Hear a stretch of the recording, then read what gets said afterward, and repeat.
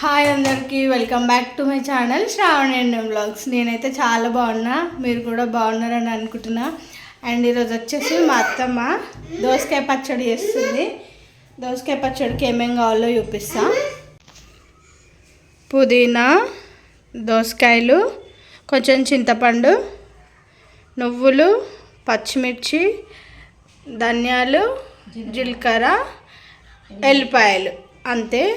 First stove on చేసి కడాయి పెట్టుకొని కడాయి కొద్దిగా వేడైన తర్వాత మనం తీసుకున్న ధనియాలని మంచిగా వేయించుకోండి. తర్వాత జీలకర్రను కూడా వేయించుకొని పక్కన తీసేసుకోండి. తర్వాత అదే కడాయిలో నువ్వులు తీసుకొని మంచిగా దూరగా వేయించుకోండి. అండ్ నువ్వులు వేయించుకునేటప్పుడు జాగ్రత్త, అవి మన పైకే చిల్లుతూ ఉంటాయి కదా.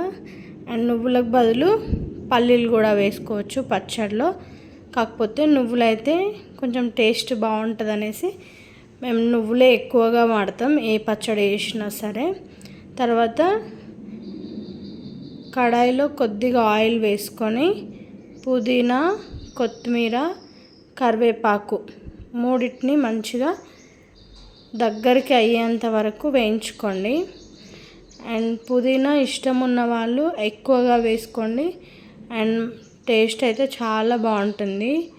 అండ్ కరివేపాకు కూడా మన హెల్త్కి చాలా మంచిది కాబట్టి కరివేపాకు కూడా వేసుకోండి.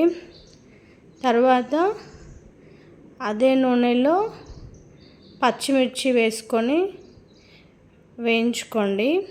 అండ్ మంచిగా పచ్చిమిర్చి గోలిన తర్వాత పక్కన తీసి పెట్టుకోండి.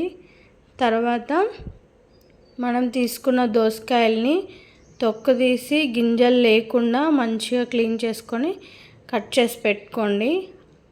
ఆ దోసకాయల్ని వేసుకొని పసుపు, ఉప్పు వేసి మంచిగా ఒక 5 నుంచి 10 నిమిషాల పాటు మంచిగా మగ్గించుకోండి. అండ్ దోసకాయ పచ్చడి టేస్ట్ అయితే చాలా అంటే చాలా బాగుంటుంది. అండ్ ఎప్పుడు ట్రై చేయకపోయి ఉంటే ఒకసారి ట్రై చేసి చూడండి, చాలా బాగుంటుంది టేస్ట్ అయితే. అండ్ ఎప్పుడైనా అత్తమ్మ రోట్లోనే చేస్తుంది పచ్చళ్ళు, కాకపోతే ఈసారి మిక్సీలో చేస్తుంది అన్నమాట. తర్వాత అన్నీ చల్లారబెట్టుకున్న తర్వాత నువ్వులు, ధనియాలు, జీలకర్ర మంచిగా పొడి చేసి పెట్టుకోండి మిక్సీలో. పొడి చేసుకున్న తర్వాత మనం వేయించి పెట్టుకున్న పుదీనా, కరివేపాకు, కొత్తిమీర మూడింటిని కూడా వేసి ఒకసారి మిక్సీ పట్టుకోండి.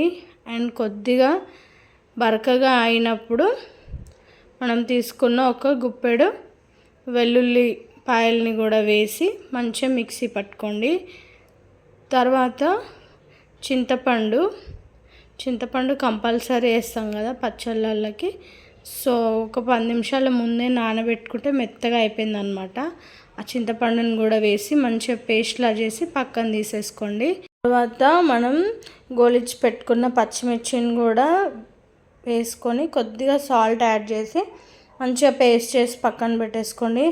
తర్వాత మనం వేయించి పెట్టుకున్న దోసకాయలలో మనం ముందుగా రెడీ చేసి పెట్టుకున్న ఈ పేస్ట్లన్నీ అండ్ పొడిలు కూడా యాడ్ చేసి కొద్దిగా వాటర్ వేసుకొని ఒకసారి టేస్ట్కి తగ్గట్టు ఉప్పు ఉందా లేదా చెక్ చేసుకొని మిక్సీ పట్టేసుకుంటే అంతే, మన దోసకాయ పచ్చడి రెడీ అయిపోయినట్టే.